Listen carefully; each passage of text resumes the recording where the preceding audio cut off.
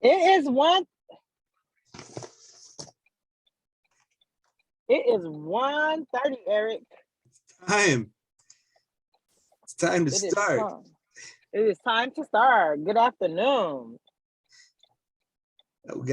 Looks like we got Militia from the blue line. Hi, Militia. No audio for her today. Maybe she's sneaking. Can you hear me, Eric? Yeah. Okay, good, because I'm in the car driving. I just want to make sure Okay. I'm being able to be heard. Yeah, I heard your turn signal. Did you? I'm about to mute myself. I just want to know if you can hear me. I'm muting now. As long as you have your turn signal on, that's important. I'm just checking. Yeah, I'm here. I'm good. Okay. I'm gonna mute myself now. All right, let's get started. To the agenda here, and go to the top. So we always like to thank Brother Cody Mazzarella in Chicago here for donating his premium Zoom account to the Justice Coalition. The Justice Coalition is about promoting revolutionary unionism as inspired by the industrial workers of the world. And that is to take power from our employer and the politicians through direct action at work and democratically control our unions. By doing so, we can dismantle the service and transactional model of business unionism, which has neutralized our power for over 50 years. The agenda is available with all the links at chicagotransitworker.com. Click on the meetings button and scroll down and you'll see the agenda. When you click on that, it'll take you right here to the Google Doc. So everything we talk about, you got access to it. We have a website, we have a Google Calendar, which I highly recommend you subscribe to that Google Calendar so you will get reminders about the meeting in addition to what we normally send out. We got a YouTube channel, a Twitter page, Facebook. We got this cool organizing website reference. Let's jump right into the union worker history lesson. And this took place in 1937. 300 policemen waited outside the Bernard Schwartz Cigar Factory in Detroit, Michigan. They were there to break up a peaceful sit-down strike going on inside the cigar plant. During the winter and spring of 1937, Detroit had seen a wave of sit-down strikes. In fact, 36 and 37 was known as the big sit-down. So what I'm going to do is play this audio. I just got to share the sound. If you can't hear I'm Rick Smith, and this is Labor History in 2. On this day in labor history, the year was 1937. 300 policemen waited outside the Bernard Schwartz Cigar Factory in Detroit, Michigan. They were there to break up the peaceful sit-down strike going on inside the cigar plant. During the winter and spring of 1937, Detroit had seen a wave of sit-down strikes. Some 35,000 workers sat down on the job for better pay and union recognition. Strikers ranged from the women who worked at Woolworths to the workers at the 6 General Motors plants. In all, 130 sites experienced a sit-down strike that year. That March, the mayor of Detroit ordered the strikers be forcibly removed. The sheriff asked for 600 special deputies to assist with the brutal crackdown. And so it was today in labor history that under the fictitious claim that an unattended boiler was ready to explode, that the Detroit police burst into the Bernard Schwartz plant. It was later revealed that the assistant boiler operator was actually inside and part of the strike. As police stormed the plant, they were met with fierce resistance from the workers inside. For 15 minutes, the police battled floor by floor with strikers. Many of them were women, armed with wooden cigar molds that they used to attempt to repel the police. In the end, the strikers were overwhelmed. Outside, 40 mounted policemen rode down the 500 picketers that surrounded the building. That day, the police also evicted sit-down strikers at the Newton packing plant and several shoe stores.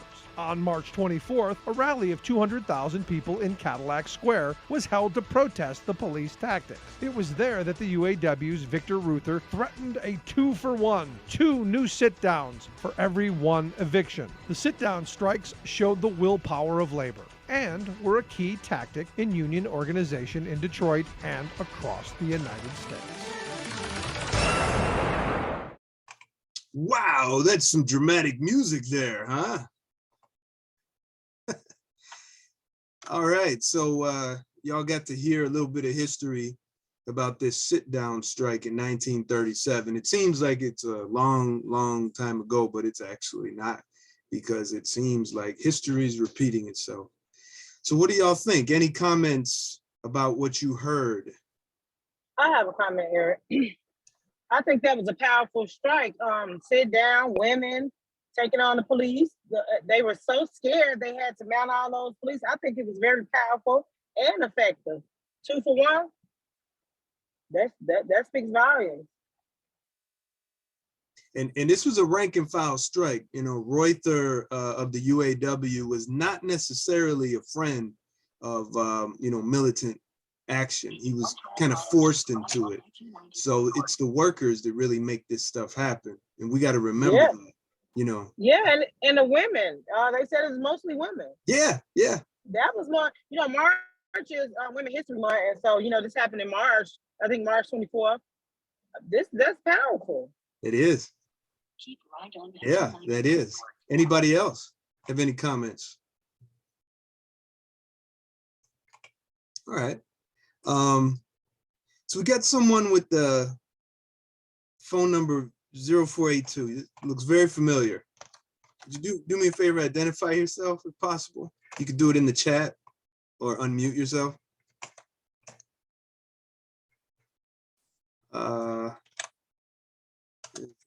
Let me see if I got that in here. No. Okay. All right. Well, just so you all know, we are recording this.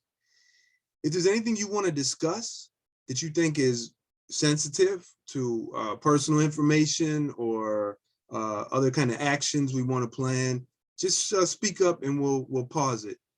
And then whoever's not identifying themselves, we're going to have to put them in the waiting room. Okay. Let's go to the next item. Oh, I wanted to say too that a lot of us are really,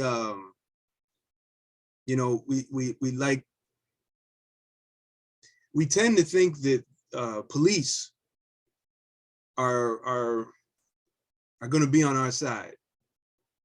And I want to tell you, every time we protest, they're there. Anytime we're doing something that the leadership cannot control, they're there. They're there to arrest us. Is this, am I saying that police are there to, police are always out there after us? Well, some of us in the coalition will say, yeah, that's pretty much it. But what I'm telling you is that if you want to keep whatever little you have of your job and improve working conditions, you're gonna have to fight for it. And you're gonna take some lumps, and you're gonna have to deal with cops coming over, telling you need to move, you need to leave, and you're just gonna have to move. But sometimes they won't even do that. They just gonna do what they did here in this little bit of history. So it's very, very important that you understand that a lot of people before us suffered a lot worse than us. So when we do simple things like protesting when we're off the clock, and you may feel that it doesn't work or it doesn't make a difference, it does. Because if it didn't make a difference, why would they send the police? Okay, why? Think about that. Brother Eric? Yeah, go ahead. Hey, I just wanted to say, man, that there wasn't always, whenever I hear something on TV or like read in the paper about a so-called police union, it really confuses people to hear it put that way. Cops aren't in a union. Cops are in racist thug mafias, and they were not part of the labor movement before the Reagan administration. So the Reagan administration forced the AFL-CIO to accept these racist thug mafias, but there has never, ever been an instance in US history or in world history of police supporting a picket line. That has never happened. It's because they're the enemies of labor, they're the enemies of the working class, and they're the enemies also of Black, Chicano, Puerto Rican, and Asian people. You know what I mean? So it's going to be an eventual task at some point of the labor movement to kick these racist thug mafias out of the labor movement, because they shouldn't have been there to begin with. Hey, thank you, Eric, for bringing us that important information. And here's the other thing about the AFL-CIO. In Reagan administration in the 80s, the early 80s, the air traffic controller strike, PATCO, Yep. The AFL-CIO sold them out totally. They absolutely refused to put any effort. So they're all about capitulating to the politicians, Reagan, he was an actor and he was in the Actors Guild and he must be a union man and all. It's just all this crap that they would throw out there, because the AFL-CIO was co-opted and probably still is co-opted by the politicians. And you know who the politicians serve. They don't serve us. They serve the billionaire bloodsuckers of the poor. Okay. Anybody else? We're going to move on to the next segment. Okay. Let's go to our organizing lesson. So we're all about teaching here, and everybody learns something when it comes to organizing. And this week, we're going to go to lesson number 2, number 12. It's called an organizing conversation. And that's exactly what we're doing today. So in this book, Secrets of a Successful Organizer, it's actually linked here too in our agenda. So you can actually read it on your own time as well. We're going to get started here. So let me get that going. When the new leaders took over the Chicago Teachers Union in 2010, they inherited a tradition of phone banking for political candidates. But they turned phone banking into a way to have in-depth conversations with members. The heart of our training said, organizer, you know what? I think I got the wrong page, because I'm like, we already read this, didn't we? Yeah, 52, 53. I'm sorry. Hang on. Okay, Janice and Willette. Willette's on the phone. Oh, poor Willette. We got to get you a new phone. Okay, here we go, y'all. This is where we're supposed to be. Sorry. Here are some guidelines for a fruitful conversation with coworkers. And all of you on this call are organizers, whether you think you are or not, because you care and you're here. Nobody should follow a script mechanically, of course. Talk with the people like human beings, but think of this outline as a tool. The steps can help you move towards a goal, so your coworker isn't left feeling like her time's being wasted with a spiel or a gripe session. Done right, an organizing conversation leads to action.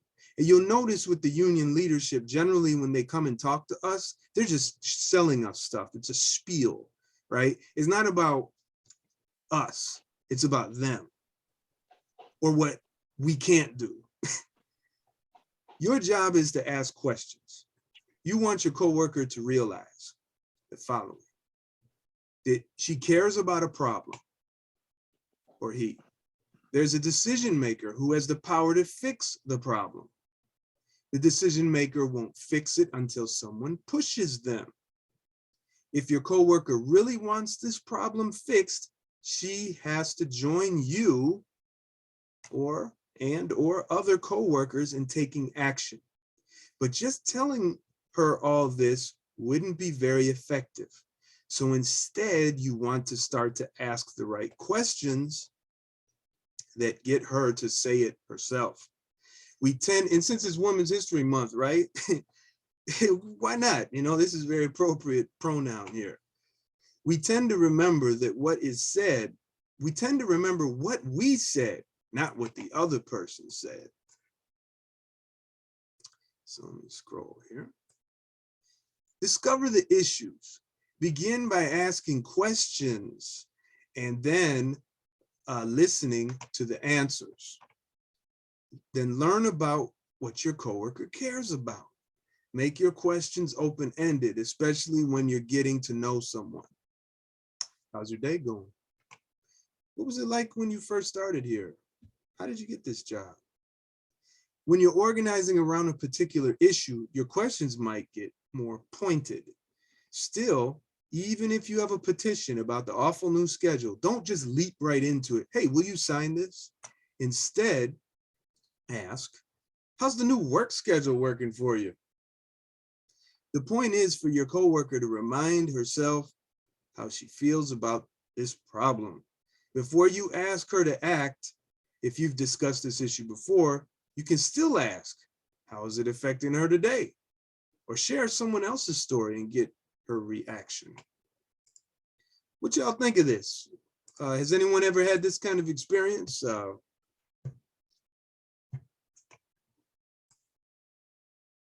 Just make sure you unmute yourself. Oh, Eric, I always have these kind of experiences. You know, I tend to talk to everybody, and I tend to take these lessons that we have every other Sunday and kind of put them into organizing with the members.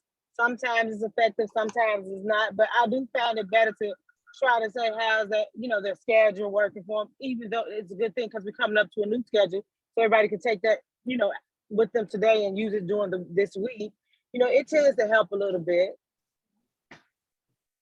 Yeah, and I think these are just examples, right? Yeah, just examples. It's just ways to, and you know, I noticed this, you know, before I worked at the CTA, yeah, I had my own business and for 18 years, so sales and marketing was a big part of that. Relationships, trying to qualify people, you know, and you don't just, hey man, I got this such and such to sell. You know, you just be like, hey, oh, I see you doing this and that, and how's that working out for you? And then they say, yeah, it's not working. They say, hey, I got such and such that might help you. Have you ever heard of it? And they'll be like, oh, show me. And then boom, you got them. So it is with the way we have to organize and bring people in to try to fight and take control of their union and take power from our greedy employer, right? Tina, go ahead. Oh, I think you're still muted. Okay, good afternoon, everyone. I'm sorry. Hey, Tina. Hey, Welcome. thank you. I approached the operator in the bays when I was on my way to get my bus, and she works the street where there's no bathroom, nowhere to sit, nowhere to really have a good fallback. And I said, hey, I worked her run before. I said, because she was complaining, and I was ear hustling, how she hated the run. She can't wait to get off of it because you have no bathroom, you have no this, that. I said, I worked her run before. I said, I totally agree. I said, have you ever thought about calling the union, even trying to speak to the Keith Hill, the president of 241. I said, because we're trying to get them to put bathrooms in safer locations for fallback. And immediately her response was, nope, I don't care. They don't ever do anything about it. F them, I'm leaving this run and I don't care. I said, but it's not, and here I go, but it's not just about you. I said, it's about your co-workers who won't have the opportunity to pick something else or, you know, pick like you can. And she was like, no, I'm not doing nothing. I'm just leaving. And I was like, okay, have a nice day.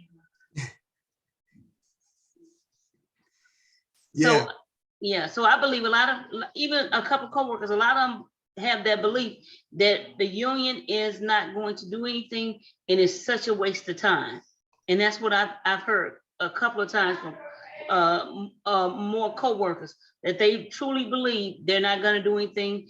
And even though Andre and Nicole have all these signs posted up at our garage, you don't hear anybody, even to me that I haven't, seem like they even motivated to help us promote these things and changes that we need to get done. Everybody, and I'm not saying I've always been involved like this, because I got 30 years and I'm just really getting involved. Like, you know what, enough is enough.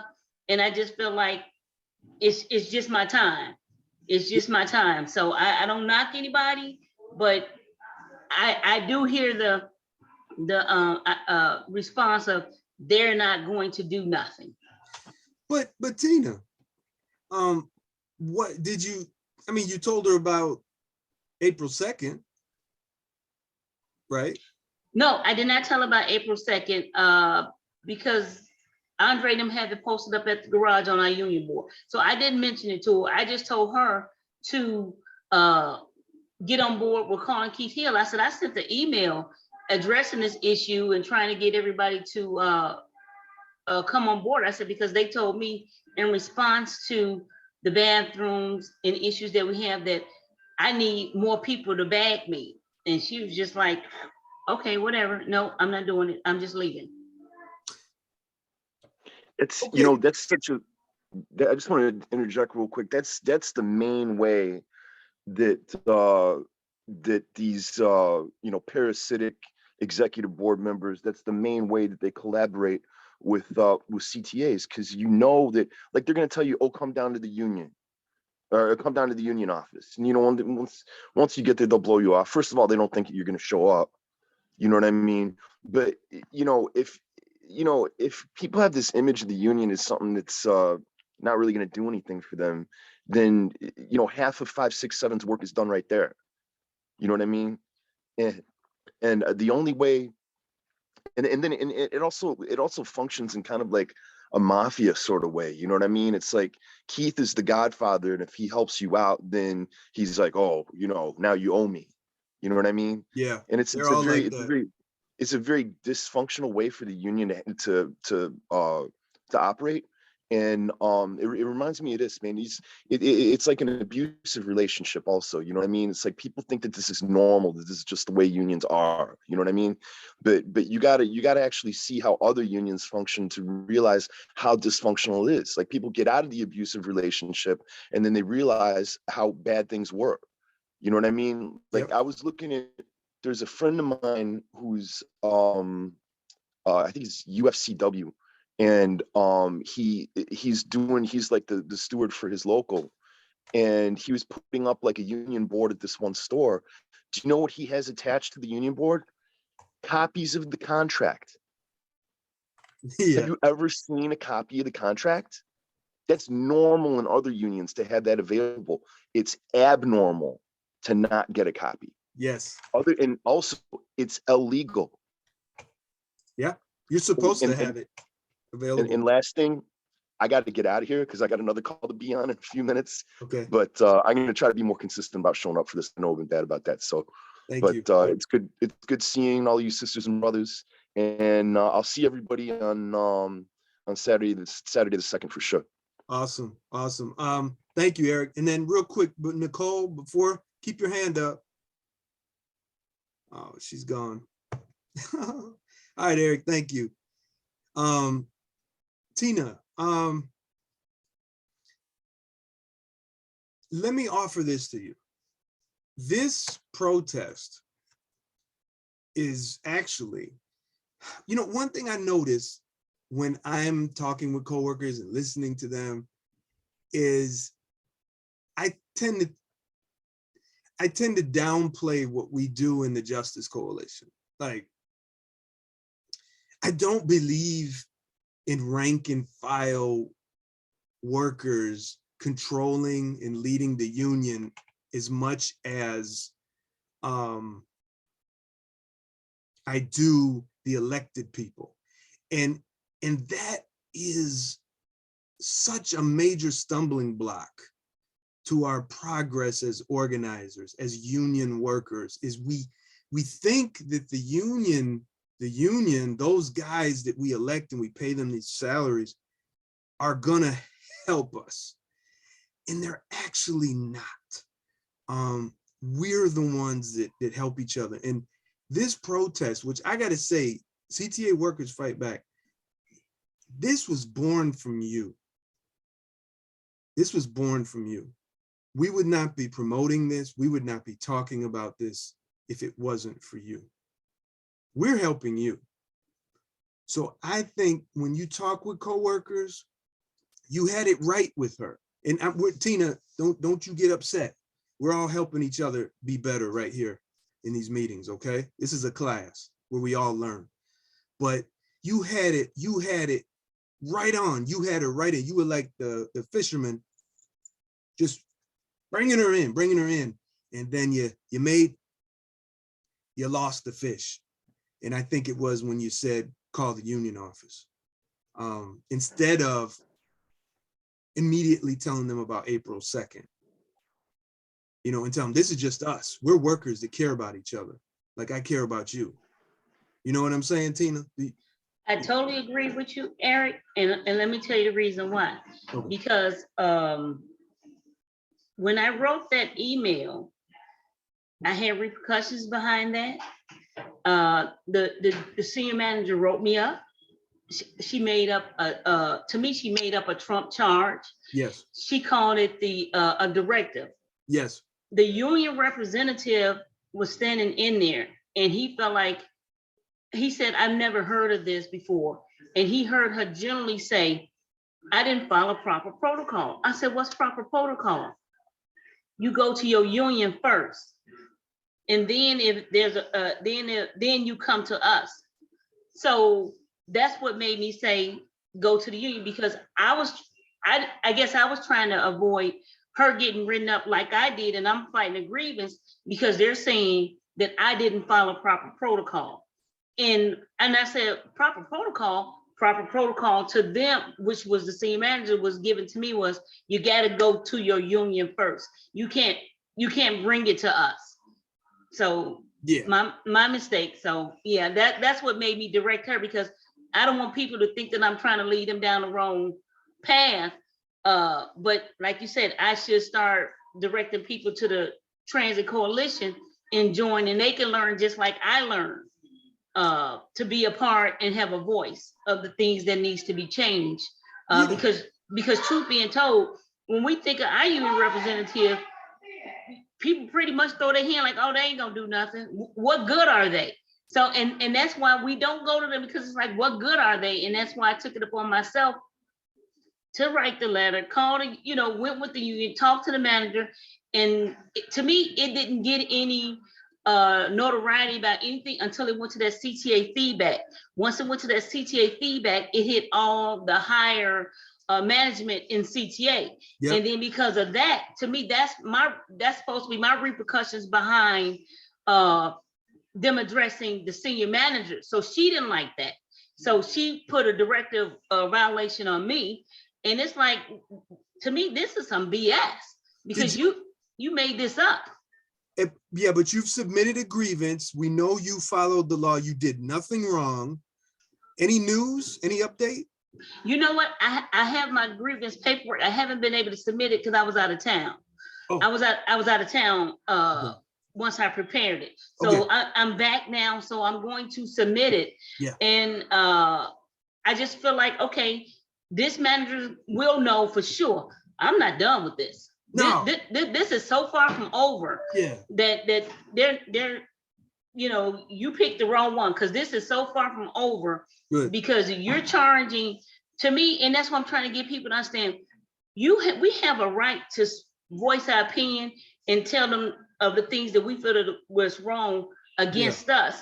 Yeah. Why should we? Most people, to me, feel like they're scared because they think of the repercussions that they're going to get behind voicing their opinion. And yeah. I think that's why we lack a lot of people joining, because everybody's scared and think they're going to get repercussions. But my thought process is, if you do your job and do what you're supposed to do, they can't touch you.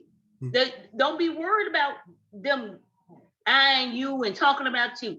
Don't worry about that. That's the least of your worries, because I know they think they done with me because I picked another street that has bathroom at the red line. You're still not done with me, because I'm still going to pursue what I started. It's just not over for me. Good. So yeah. Well, so I'm sorry. No, but just keep us updated. But you're doing the right thing. And by the way, just make sure all y'all listening, whenever you talk to coworkers, you can talk to coworkers about anything you want when you're on the clock, but do not hand them anything. That's the key. That's how we get messed up, is if we hand them a flyer while we're on duty, while they're on the bus, while they're in the pit, at the shop, whatever, you know what I mean? We got to be real careful.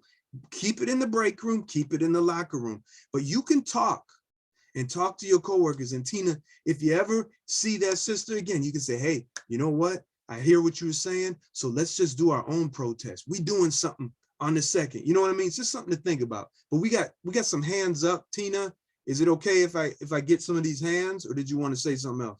No, I'm finished. Thank you. Okay. So Nicole, you had your hand up first, then you disappeared. Now you're back. So we're going to get you, and then Janice. Sorry for the delay. Go ahead. Eric, let Janice go first. I'm picking up something from the store, and then I'll go in when I get back in the car. So Janice can go first. Okay. So you're going to come back later? Yeah. Okay. All right, cool. Okay, Janice, please unmute yourself. Sister Janice, go ahead. Oh, I missed you. Oh, okay, you are unmuted. Is it possible you got the mute button on your phone pressed too? Willette wants to speak. So I can't hear you, Willette. We can't hear you.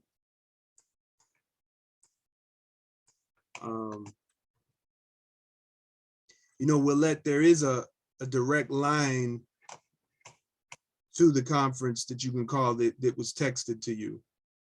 It's like an audio only. It's called dial in, one tap mobile. Okay, I can't hear you. I'll put it in the text, in the chat maybe. Okay. Well, if you are able to speak, go ahead and just interrupt. And I'll carry on. Okay, anybody else? Anybody else have, oh. Eric, I'm ready to speak. I hear somebody. I'm ready to speak. Tina, you know, I just want to just encourage you. The senior manager, she was out of place for telling you that and giving you the directive. And I'm glad that you're standing strong with your fight back, because she was absolutely wrong, because you did contact the union and you contacted CTA. And when you contacted the CTA line, you contacted the customer line, and you are a customer, whether she want to acknowledge you or not. You're an internal customer. You have every right to use that line just like anybody else. Email. And if she was doing her job, no matter when she got there, she would have addressed you instead of trying to discipline you. So you are well within your rights. You are doing an amazing job with your fight. I better be quiet. Just keep up the good work. Don't get discouraged by none of this. Just let it keep you strong. I mean, even the young lady who didn't want to help, they all come around. I believe, because me and you talk a lot, and I kind of encouraged you, oh, am I tapping? I'm sorry. Encouraged you, and you're doing such an amazing job. And then I just think that you never thought that you would be doing such an amazing job when we first talked. But now you're doing an amazing job. I reached you. You might not reach 5 people, but sooner or later you'll reach one, then there'll be another, and then they'll all just come along. It's just that we've been to think that we can't do anything, but you know different, I know different, everybody on this call know different.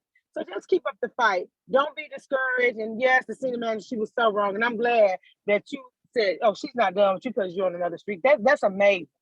Yeah. And you know, if you need anything, you know, we have a lot of tools here on our websites and our social media, and we have great people in this group.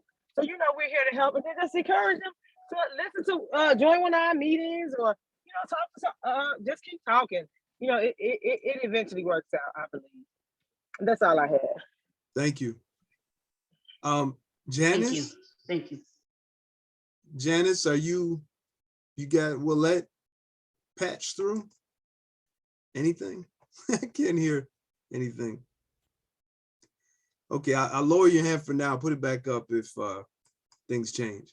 Okay, Tina, did you have anything you wanted to say?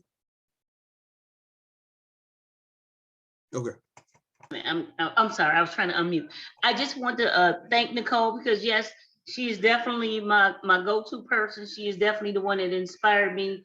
And I'm definitely glad to be a part of all of this, because me talking to myself about my anger issues, about the things that I experience on a regular basis, and look, and telling my husband he can't do anything. So I'm glad that I'm able to voice my thoughts to you all, and I'm definitely in agreement with our stance that we're taking on the 2nd of April. I'm really looking forward to it, because to me, the things that we keep allowing CTA to do to us on a regular basis, it's just sad. Even when I watched the news last night about the young man who shot the customer, and they, of course, on the news they say this is what CTA is saying. They don't back actions like this, and this person is not. I'm trying to think of the right words. What they were saying. Other words, all they workers are not like this. We're dedicated to. They got dedicated CTA workers, and we provide awesome service. Well, if you all can say that to the media, that's what you think of us. Why you can't give us some, some of our demands that would make our job a whole lot better for us. So you want the media to think that you all love us, but behind closed door, you sticking it to us. So that's just how I see it. Yeah, it's a lot of hypocrisy. It's a lot of hypocrisy, and the brother. I know the brother, his brother Sylvester. It just, I've been telling people there's a hole in my soul right now because he is one of the hardest working, kind, tolerant, humble people you could work with. He's the other CSAs, rely on him. I've had heart-to-heart conversations with the brother. He's been through a lot in life. He's come so far in everything. And this happened. This was so predictable because it's not because of him. It's not because of him. It's that we can't keep taking it. All we do is take abuse on the front line, constant abuse, and no support from our employer. And then when we say stuff, the union leadership is, yeah, we're going to try to get concealed carry and, so that y'all can have guns. Well, we're doing that. And you see, that doesn't really work. It's such a cop-out. They are such traitors, and the working conditions are atrocious. I mean, there's a police station right there in the station. So what do you mean? And this man was provoked and then he was attacked, just like a lot of us are, and then we're jumping on his case. Oh, he shouldn't have done it. He should. Of course he shouldn't have done it. But you probably would have done it. I would have done it. When you're pushed and pushed and pushed, and then you got these crappy contracts that keep screwing you, and these union leaders who come to vote for me and I'm going to make you full time, and all these lies after lies and deceptions. What do you expect? When people push us, we take it out on them. It's terrible. It's terrible. I'm sorry for the rant. I want to say too, that before that shooting at 95th happened, 12 hours before that, a Blue Line operator was shot at from a platform by a man who's strung out, and he threatened to kill her, and he tried to kill her. And then our employer tried to cover it up. And no one heard about that either. And then at Kedzie Garage, someone shot at the garage and there's these big gunshots in the windows. This is all within 48 hours. So, this leads to the next part of our meeting. And that is, as the Justice Coalition, we got to make a statement. Now, I've made my personal statements and my rants because I'm an absolute madman. I don't give a damn. But the Justice Coalition needs to put out a statement. So I've kind of taken some sentiment that's out there, and it's called Stop the Violence. I'd like us to go over this and finalize it. I see everyone on the call looks familiar. I think iPhone, that's you, right, Kathy?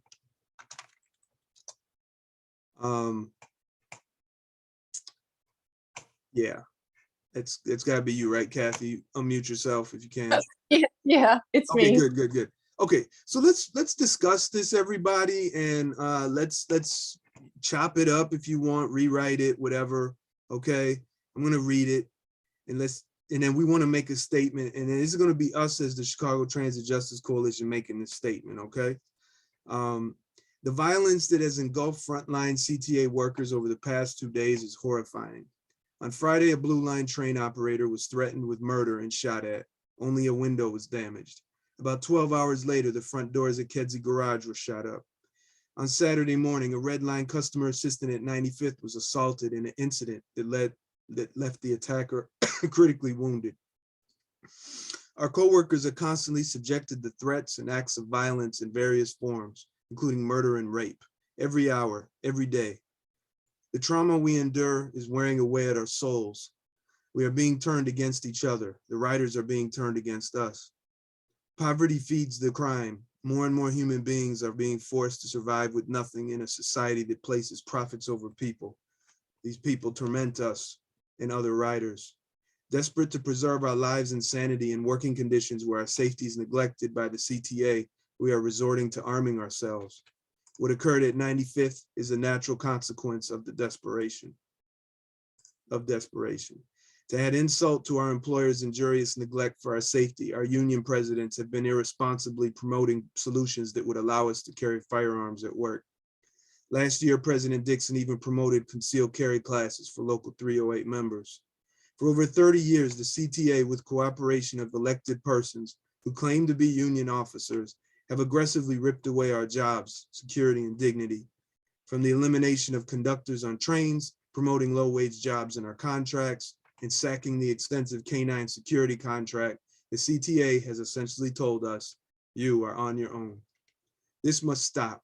The parties ultimately responsible are our leadership at the CTA and the ATU. They have failed us during the pandemic. They have failed us in protecting our lives. We demand a complete resignation of the CTA and ATU, Chicago presidents, and executive boards.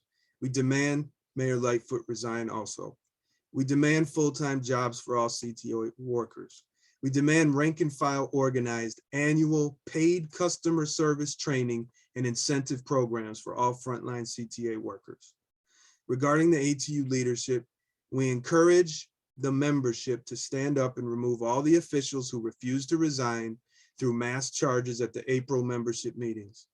In that, we recommend that the membership of Local 241 and Local 308 change the bylaws to ensure virtual charter membership meetings, elected stewards chosen by the members, and other bylaw reforms that we have recommended here. And we provide those bylaw reforms in that link. While we continue to encourage the ATU members to take control of their union, we will also help them organize public and direct action. These things inspire coworkers and galvanize support. Our next action will be April 2nd. Please spread the word. What do y'all think of this? Please unmute yourself and. Well, I'm ready to speak. Yeah, go ahead. Okay. I really liked it. I would add, because I read this on the 308 page about mental health days. That would be a good thing. Paid mental health days for the coworkers, which led me to the other one about Rahm Emanuel closed all those mental health clinics. We should demand that they reopen them And I think you did say more full-time jobs at a living wage. Yeah. Yeah. So I liked it quite a bit, what you wrote, and I Okay. support it. We demand the reopening, or what was that? Mental health? Mental health clinics that Rahm Emanuel closed. Gosh, I guess we could look it up and see how many he closed, but reopen the mental health clinics that Rahm Emanuel closed. Former Mayor Emanuel closed. Okay. Oh, and one more thing, and I think you may have alluded to it, but uh, so the union officials, encouraged people to carry guns at work, but they also kind of encourage contempt for homeless people, and contempt for the mentally ill and drunk passengers, people that cause a lot of dismay and stress and harm to the coworkers. Mhm. So, but somehow, did you say that in there about how the homeless people aren't our enemies? You kind of did, yeah. They got us fighting each other, and they got us fighting the vulnerable people too. Yeah. Yeah. So I Okay. wrote, I typed in the riders are being turned against us and we are being turned. How about we add, and we are being turned against them? Yeah, I like that. Okay. Okay, that's it for me. Okay. Anybody else? Again, this is going to be a Chicago Transit Justice Coalition statement. So this means that this is going to be representative of the Chicago Transit Justice Coalition, which is every one of you on this call. Any comments? Now, where would this be published at, Eric? When it will be released on the Chicago Transit Justice Coalition public Facebook page and Twitter, and then from there, it could be shared everywhere. Does that sound like a good idea to you? That does.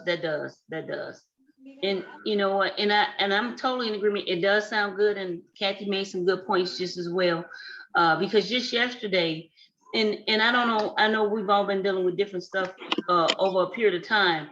I had a young man to get on the bus 5 o'clock in the morning, and he wanted to just continue to ride around. And it's like, here I am out there by myself telling him, you can't just ride around. Well, as long as I pay my fare. And still, to me, that's still a problem.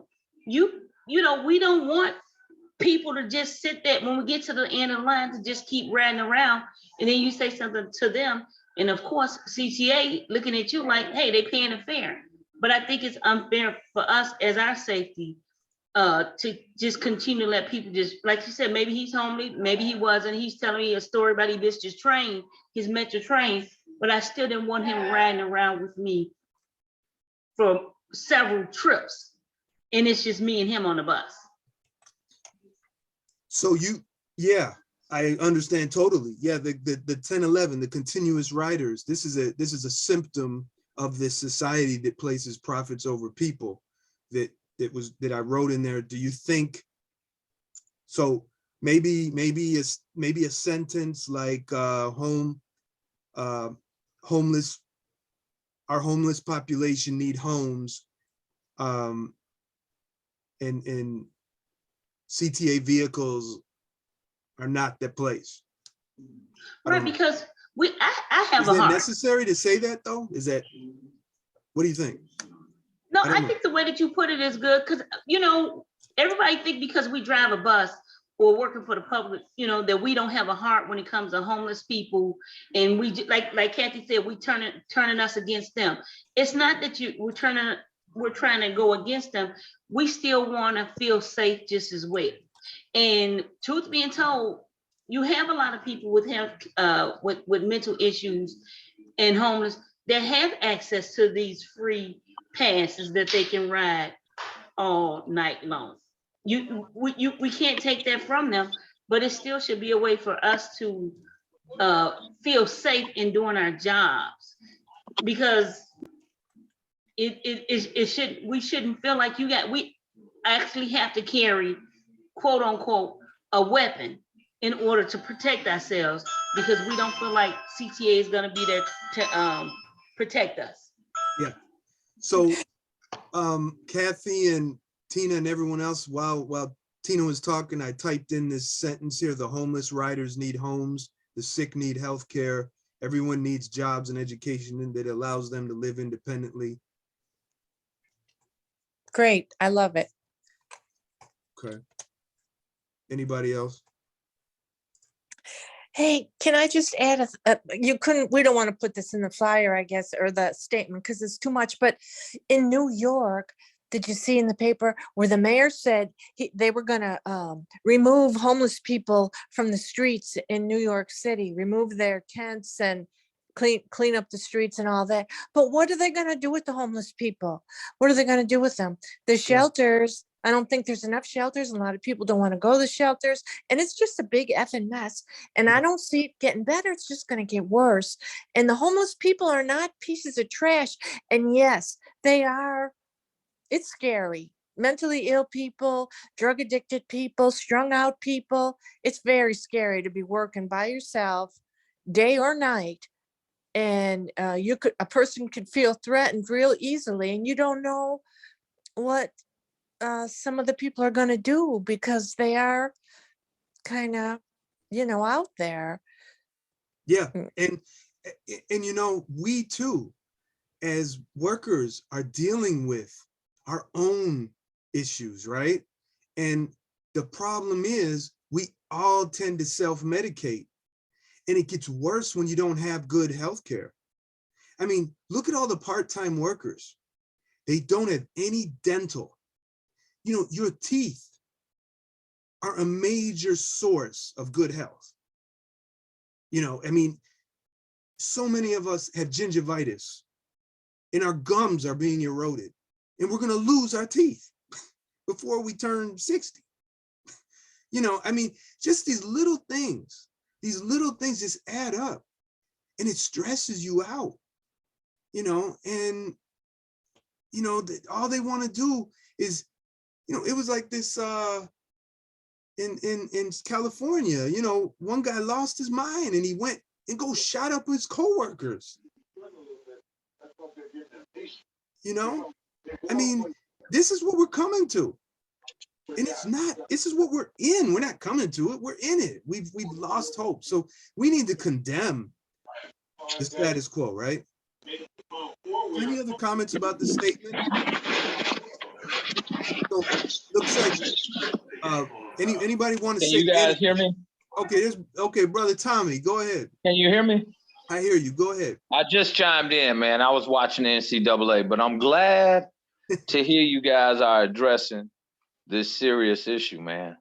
Somebody was sending me, I don't do Facebook. I don't do any of that stuff. But they were sending me screenshots about this CA and the incident. I've had a reporter call me today, and they're seeking video. And the problem, like I told her, the problem I have with that is I don't know who has the video, but you guys are more into bashing this CA. Yep. This solely lies on the CTA. This is the culture that they've created. They're not doing anything for anybody. Transit is basically running itself. They're not. You muted yourself. Oh, this incident, so unfortunate. I'm not saying the guy, should get off or any. What I'm saying is this was created. Why do people feel the need to arm themselves to come to work? It's the same thing as not having restrooms, not having break areas for bus operators, not giving them decent recovery times, nowhere to take your lunch break in the wintertime.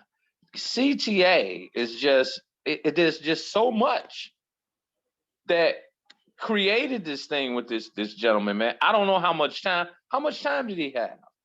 Oh, he was a long timer. It was sad. It's sad. He's a part-timer, you know, one of them long timers. Yep. A long time part-timer? Yep. You know, the What do you mean? CSAs. Like 8 years? I don't remember exactly. That's sad, man. Yeah. It, you know, it was such an unfortunate incident, man. But the blame should lie, like I told that reporter, the blame lies on CTA. Yep. They're Yep. solely to blame for this. The Yep. mayor just had a press conference talking about what they're gonna do for the safety of the passengers. What about the employees? Yep. And nobody's speaking up on you guys' behalf. The unions, forget about it.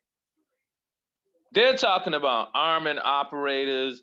I mean, I heard so much stupid stuff coming from Keith and Eric Dixon. No real solutions. That's just like telling a bus operator that doesn't have a restroom at either end, call control. That's the fix. Just call control and take a personal. Who the hell waits till they got to go to the washroom on an emergency? I bet you Dorval ain't doing it. He's going to a washroom whenever he wants. It's just the culture, man. These guys don't care nothing about these employees. They really don't care anything about the public. They really don't. But this is just a real bad incident. And I'm glad you guys are taking it up and you're coming up with your statement. I didn't hear all your statement, Eric, but maybe you can send it to me later. Yeah. Yeah. Let me see what you got. I hear Kathy on there. Yeah. Kathy, keep fighting. Keep fighting. One day something's gonna happen. But it's just sad, man. Yeah. And this is just the first incident Of this magnitude. It's the first incident of this magnitude. I mean, oh man. Yeah. Yeah. Yeah. And all they can say is we're gonna fire him. Yeah. Yeah. Yeah. And he's fired. We're gonna fire him. I think as a coalition, I think we ought to start thinking about making plans to keep up with this brother and visit him one day in jail, you know. Yeah. He's probably gonna be in jail for a while, and then they'll sentence him, right? They'll sentence him, and then he'll be sent to a prison, right? Probably.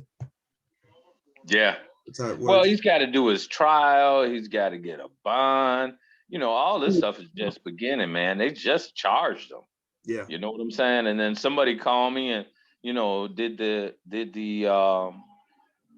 passenger die? I'm like, I don't know. I haven't heard anything. I haven't heard anything on the news. Critical. He's in critical condition. It said critical this morning. Oh, they're on Facebook. They're saying that he passed away. I'm like, listen, I really don't want to get into it. I'm sorry. You know what I'm saying? I hate, you know, this loss of life.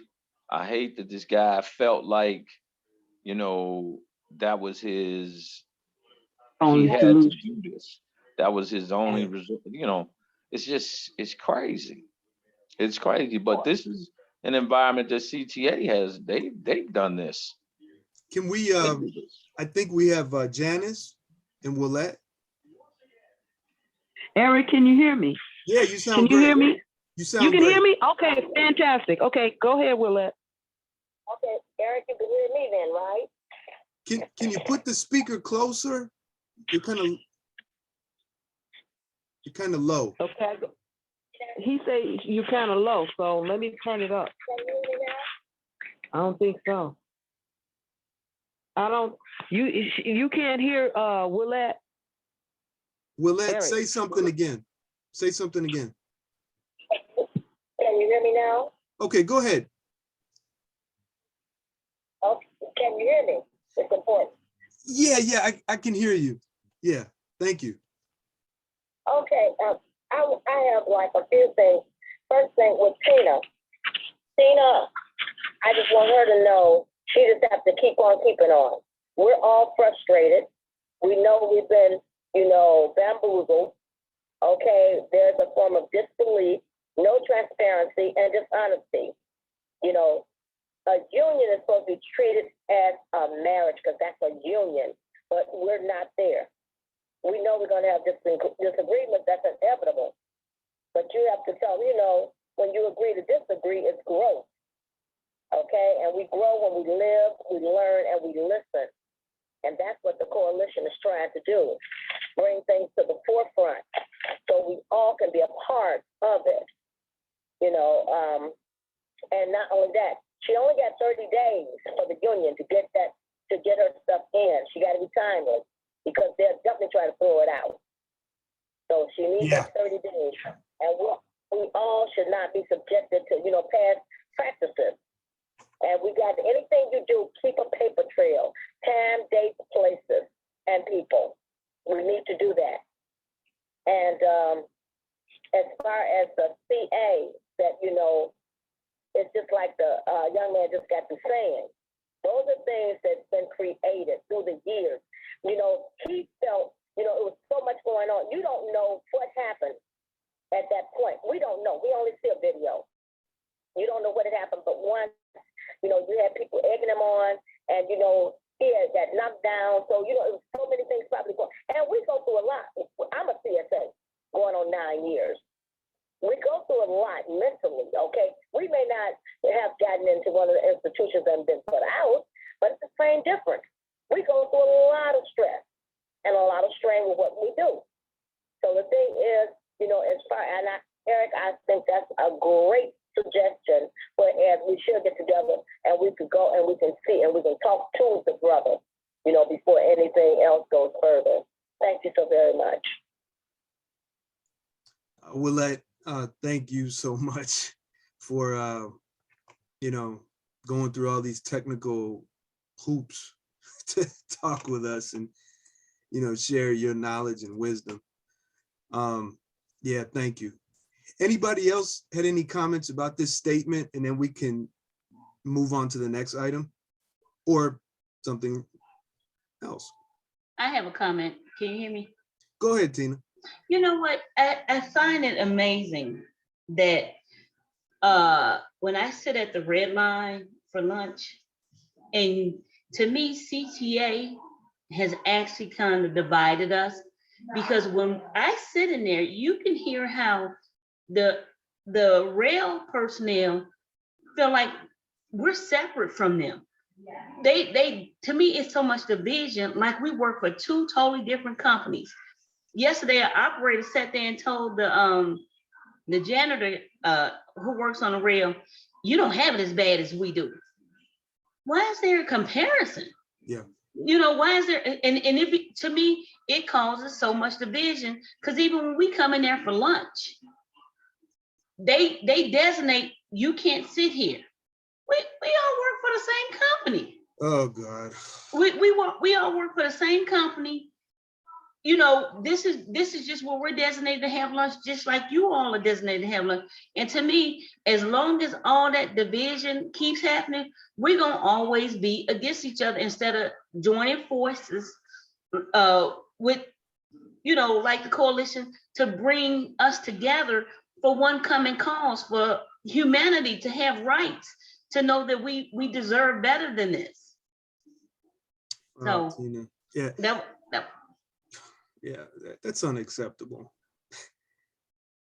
Yeah, that was one of my comments. And also, let me put in, we're gonna add to, well, not to your statement, but also I would like for them to point out, yesterday I had an incident, I had roaches on my bus. And they was up there where I was driving. Oh God. And I'm like, okay, this is crazy. So when I get to the end of the line, I continue on in service, even though I had roaches on the bus, you know, with them on underneath my feet, to take the people, because I know they're going to work. Most of them work at the Keebler place that I go to work, you know, that are on my route.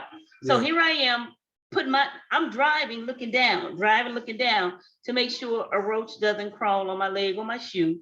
So when I get to the end of the line, and I stand up, and there's roaches on the inside of the bus. So I here I am again, I video the roaches. And I called control, they told me to jump buses. The operator who I told we needed to jump buses, she wanted to get confrontational with me. Yeah. It's just sad, it's just so much division going on. And like I said, I just think it's a lot of anger, hostility that everybody is under, and we're taking it out on each other instead of trying to help one another. Or, you know, and know the root cause of why there's so much anger and hostility towards each other, but we all trying to work together and, you know, make all our days at work as peaceful as possible. So okay, everybody, you heard some of the things that Tina said. Does anyone have any inspiration or possible solutions, or maybe, you know, you're like, yeah, man, something like that happened to me recently, and you want to share? Well, it's just sad to say, Eric, but Tina, it's unfortunate, but this is just years and years and years of abuse. They've had a problem with roaches on the buses forever. Bed bugs on the buses forever. Trains too. The problem is CTA tells the public what they're doing, but the employees actually know they're not doing anything to clean the buses. You get operators blaming each other for filth. You know, it used to be a big thing about the sunflower seed shells being all over the place. And people would almost go to blows about this kind of stuff, man. CTA, this is the atmosphere. This is how they're successful. They keep you guys fighting each other. If you ever just sit in the train room and listen, people always say, my bus. I'm not gonna let anybody do that. You gonna pay your fare. Number one, all you do is make a request. If you come in with an empty fare box, you're gonna get the same check as the guy that went down the street threatening people to put the money in the fare box. That's not your job. In CTA, there used to be a time when the instructors would line ride, people go. Times have really changed at the CTA. They don't care about anything, including you. They're successful when you guys are going at each other, because at the end of the day, they win. They win. They got a bunch of disgruntled employees. Most of them are too afraid to say anything to management. They rather take it out on their coworkers. They rather take it out on the passengers. And then you got the passengers that don't care and will get up to, and man, if nothing else, they're gonna spit on you or throw something at you. It's just a hell of a job, man. And I tip my hat to you. Keep doing what you're doing, but don't get caught up in that madness when they say jump. You know how long they've been having a problem with operators jumping buses? I'm talking 1999, 98. Guy tells me, no, I'm not jumping buses. This is a good bus. Man, you must be crazy. You know what I'm saying? It's CTA's equipment. We take ownership in the wrong stuff, and we stand up for stuff that has absolutely nothing to do with protecting your rights. We talk about, and CTA has developed that culture. They've developed it. You know, even at the international level, they talk about 241 and 308 members when you go to these conventions, because they're always, instead of them saying, okay, I hear you, or, you know, I agree, they all walk around saying 10-4, 10-4. What is in CTA? Like I said, they've developed this. They're the ones that get, man, I tell you, it's crazy. It's crazy. Thank you, Tommy. What are Janice or Willette? I see your hand. Can you hear me? Yeah, Can you hear me, Eric? Yeah, you sound great. Thank you. Hi, everybody. Unfortunately, and it's very unfortunate that they have us pitted against one another, but that's the way they want it. They want it that way, because if we're fighting against each other, then they can do whatever they want, when they want, how they want, and they're succeeding. They've been succeeding until we realize and come together. We are all one company. We're one company. We all CTA. It says CTA. It doesn't say CTA rail. It doesn't say CTA bus. It says CTA. Members, please, please understand that we are one. If I bleed, you bleed. It's us. Because when customers see us, they see CTA. Yep. They don't see rail. They don't see bus. Yep. I just feel so bad about the gentleman. I'm a CSA, and Willette is so right. We have so much pressure on us. We're not making any money. They insult us with trinkets. They give us 40 hours and not make us whole full time. You're gonna make us work 40 hours because we need the money. So we can't say no. It's horrible. You don't know what pressure that man had on him that day for him to do something like that. That was horrific. That was horrific. Janice, he's one of the best, really. I've seen him deal with people. You know, Eric, I told you that I wanted to snap. You know, I just wanted to break one day, not on a customer, just break myself because I have a house and I can't get repairs done. I can't do things that I want to do. And speaking of a dentist, I'm sorry to take your time, but speaking of a dentist, I cracked a tooth 4 or 5 years ago. I haven't gotten it. I just recently pulled half of the tooth out. It's horrible. I hate CTA, what they do to their employees. It's terrible. And people don't understand it. They never will because they can't fathom a company doing this to their employees. They can't. And I can't. So I'm through because I'll get up here. It's terrible. You got to speak the truth, regardless of circumstances. And, you know, I'm so sick and tired of, you know, these people that say in management and in the union leadership who say, well, if you don't like it, you can find another job or go apply for this, apply for that. You know, and it's like, really, for what? I know CSA's been there for 8 years, 9 years like you. They still applying for janitorial, and that's about it. And they still not getting in. And they got a clean record. It's ridiculous. It needs to be full-time jobs for all. A customer assistant is a customer assistant. 40 hours full-time.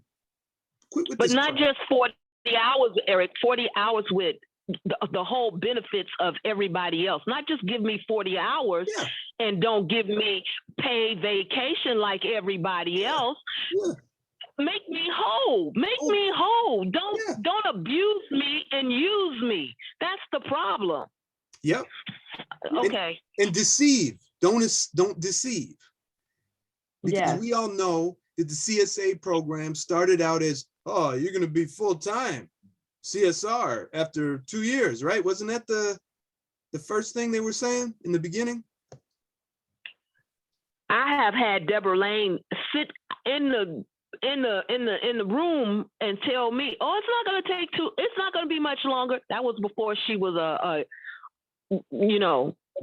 lady of many hats, you know. It's not, I have had so many supervisors. It's not going to be much longer. Here we are 9 years later. I mean, come on now. What's going to happen with all the time that I've put in already? It's not going to count. People, that's an atrocity. That's an atrocity. 9 years and it won't count for anything. For the pension. Eric, I got to get off this phone because I'm going to get hot, real hot. Bye-bye. Bye. Let's go. Hopefully you're going to mute and not hang up. You know what, man? But I feel her pain, Eric. This job used to be, years ago, at least you had some people in there that could give you some guidance and tell you how to hang on and what to hang on to and encourage you to keep coming to work and things would actually get a little bit better. You don't have that now. The people that are in charge, these managers, horrible. Dorval Carter, a bum. I'm telling you, I remember when Dorval was just a paper pusher.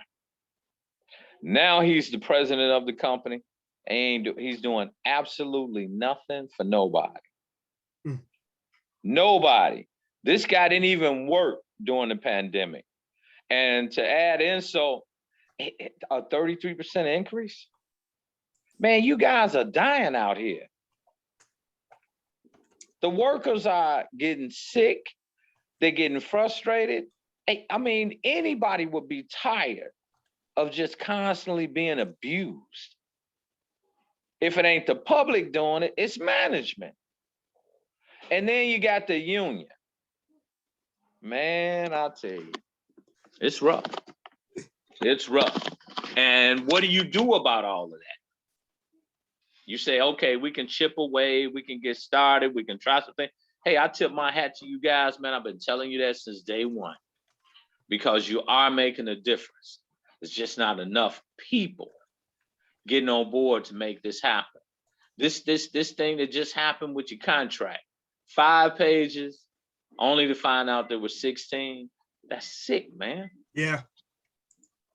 That's sick. That's disgusting. Yep. No hazard pay. Working through a pandemic, they don't even mention hazard pay in the TA. But after they vote for it, Dorval says, oh, well, the 5% bonus is part of the pandemic pay. My God, man. Nobody, and you know, I'm trying to do some things behind the scenes, man, because I really want to embarrass the hell out of them. I'm tired. It's just constantly. Thank you. Constantly abusing the employee. Yeah. Yeah. It's insulting. It's union insulting. And the company. Yes, absolutely. You know what I'm saying? Yeah. I listened to about Deborah Lane. Yeah, the lady with many hats, the lady that campaigned strictly for her. Yep. Now that people can see it. That's what most of them do. Yep. They get in, they show you. It's all about them. Yep. The money too. Money, status. So, hey, man, I encourage you guys, keep going, keep doing what you're doing. When you're done, send me a copy of what you have so I can take a look. But I'll be making some phone calls tomorrow, as early as tomorrow too, because people that want to speak out should be able to speak out. Absolutely. And you got some people out here that are listening. Yes. So I'll be making some phone calls, and I'll be in touch with you to get in touch with, like, that young lady that just got frustrated, man. Yep. Who works like that? Yeah, Janice has been a co-organizer with us and been at many protests. She, you know, really speaking up for the CSAs, you know. It's really time to speak out about everything. Yeah. Yeah. You know what I'm saying? This thing of running this place, man, you know, I've never lived on a plantation, never worked on a plantation, but hell, I can imagine it can't be too far from what the CTA is. It's humiliating, man. And they do it on purpose. Yes. Yes. By design. So on that note, man, you guys go ahead and continue your meeting. Send me what you have and I'll take a look at it. But I got to reach out to a couple people. There's one reporter that's talking about the video. I'm not even calling her back. I don't even know where she got my number from. But, I won't be talking to her. She's just interested. They just want the, you know, an Emmy or something. I don't know. Whatever. But I'm not thinking about it. Well, thank you, Brother Tommy. Talking about the real issue. Thank you for joining us. And then we're gonna be wrapping up the meeting soon. Let's get Janice. I'll be in touch. Okay. Take care, brother. Thank you, brother. Bye. Go ahead, Janice. You had your hand.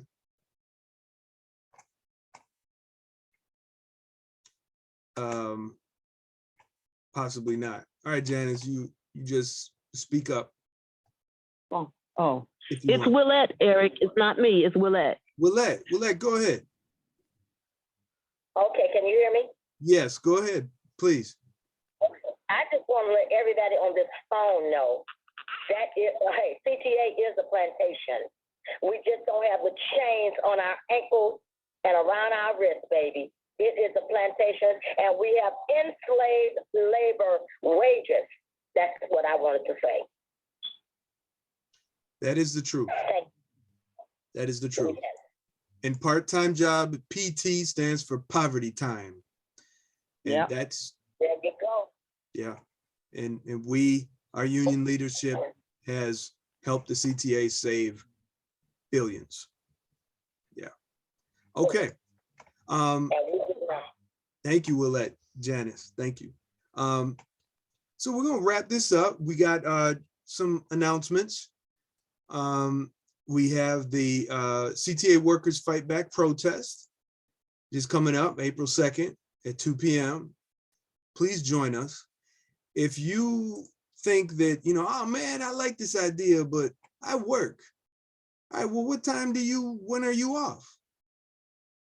Now you make a protest and then we'll back you up and help you promote that protest and show up. All right. We have this poster on Twitter and on our Facebook page about Transit Worker Appreciation Day. It's a lovely poster. CTA got bailed out, the employees got sold out. And we got lots of creative people in the Justice Coalition. So if everyone here is creative actually in their own way. So we have some organizing reports about the protest. That's linked there and it's on the same page as the announcement here on Facebook. So we got various reports here by coworkers. And we always encourage you as a volunteer, as volunteer, we're all volunteers, no one's getting paid. Do a video report on this Chicago Transit Justice Coalition group. And we have a flyer distribution. I printed out flyers and I gave out too many. I have to make some more. I know I owe you some. Things are crazy. So I don't know if I'm gonna be able to get them to you. But if it doesn't work out, it doesn't work out, but I hope you can at least attend the protest. I apologize. We have our Stop the Violence statement, so we'll be posting that after the meeting. Some final reminders, labor notes, organizing, webinars are really cool. Go to the agenda study guide and you will see the links for it. Sign up, they're pretty affordable. $15 for the whole series starting in April. You'll really be inspired. We have the Labor Notes Conference. We already sponsored one of our, we already sponsored a coworker, but we have one more sponsorship. If you want to take advantage of it, text or email us. And of course, we got the workers' contract. This is a rank and file created contract. And basically, we're just putting a hatchet on what the lawyers give us, the garbage, and making it something. So everything in red is new. Everything that we're getting rid of is stricken out. We're trying to make a contract that makes sense as far as language goes. No hither, whither, shall, heretofore. We have, yes, and word of mouth for the protest is just as good as a flyer. Thank you, Janice and Willette. We have local 241 membership meeting April 5th at 10 a.m. at 1613 South Michigan, and we have a local 308 membership meeting April 12th. Please bring charges against the presidents and the board members for their neglect. They must resign, all of them, for their criminal acts. We have a candidate forum, and we are encouraging those of you who are in the Justice Coalition to complete it, fill it out. We need to create a slate of people to replace the people that are currently in office. Local 241, you got it good. You don't have a meeting requirement. We have that in 308, so that about kills everything. But we just have to change the bylaw. So please show up. I did submit a bylaw reform to get rid of meeting requirements. I submitted it Friday in person. We have a 33% sticker campaign. If you can afford it, get a batch of these stickers and wear them to show the shame that our employers should have about giving the president a 33% raise while we got a raise that barely keeps up with inflation. We have a not-for-profit organization we're working on. If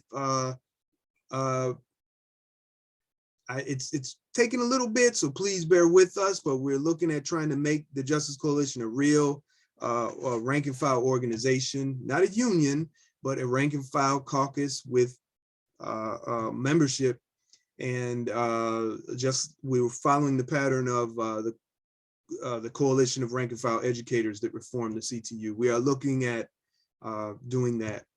If Brother Robert, if you want to say anything about that, go right ahead, just speak up. Otherwise, we'll move on. No, I don't really have any updates. Eric just got off of work right now. But I think that we should probably put the poll up as soon as possible so people can vote on who they would like to serve in certain capacities or positions. So what I need you to do then is just type up what those positions are and email it to our email, chicagotransitworker@gmail.com, and then I can make the poll. How's that? Is that okay? cool? Sounds good. Sounds good. Whatever you want it to look like, however you think it should be, just send it, and then we'll just hack away at it. Okay. Thank you. We have a newsletter we're trying to keep going. Please submit articles. You know, usually I've been doing most of it, and I'm tired of doing everything for that thing. Y'all got to send some stuff in, okay? I'm not doing everything, but just about. That's it. Let's have some final discussion, and then we'll shut it down. We're gonna do our next meeting in 2 weeks. So anyone have anything to say?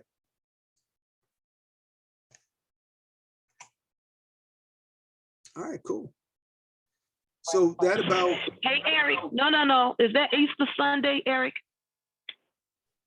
Let's look. Good question. Please do. So the 3rd, Easter Sunday is the 17th. No, wait a minute. Yeah, Easter Sunday is the 17th.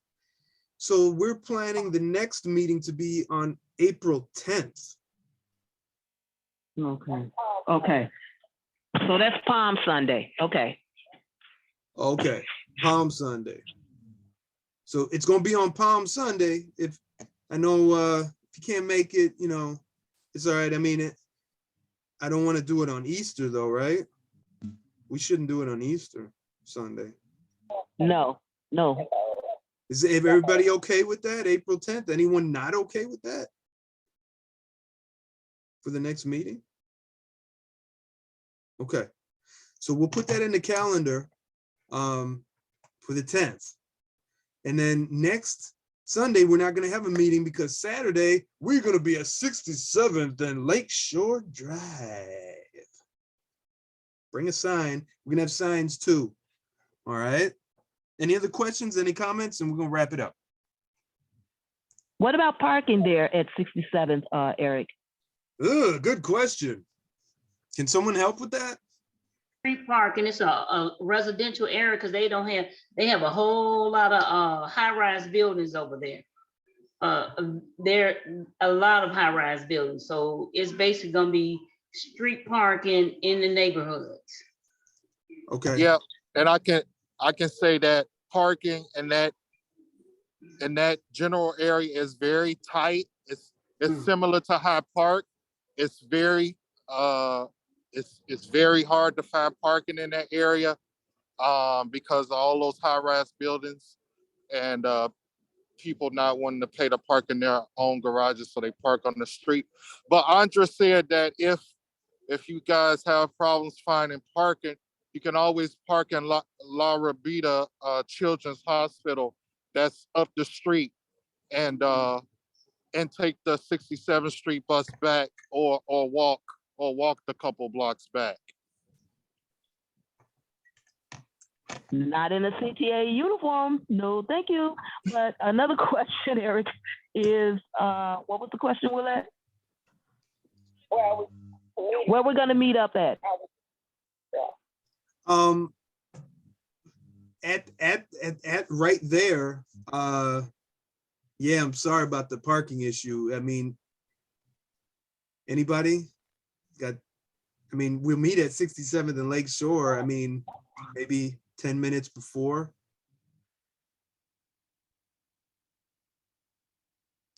Yeah, did he answer that? Yeah, he answered it now.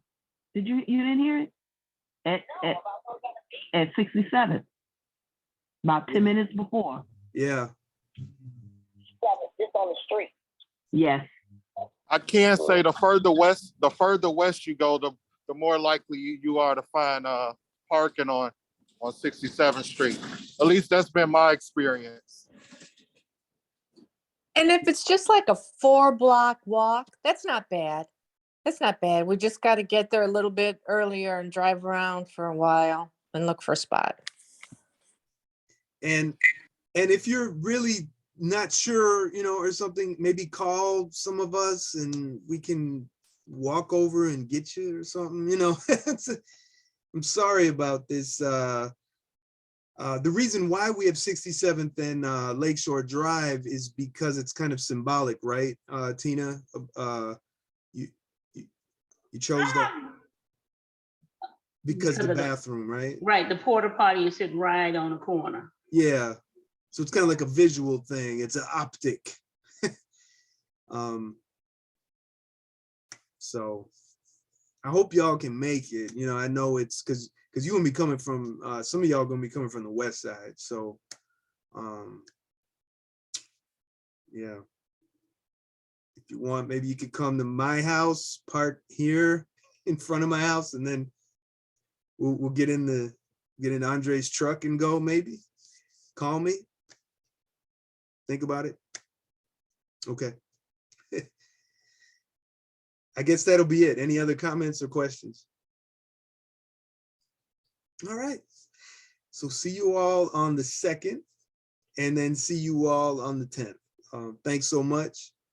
And please spread the word about the protest. Have a great rest of your Sunday. Good night. You too. Goodbye. Great meeting.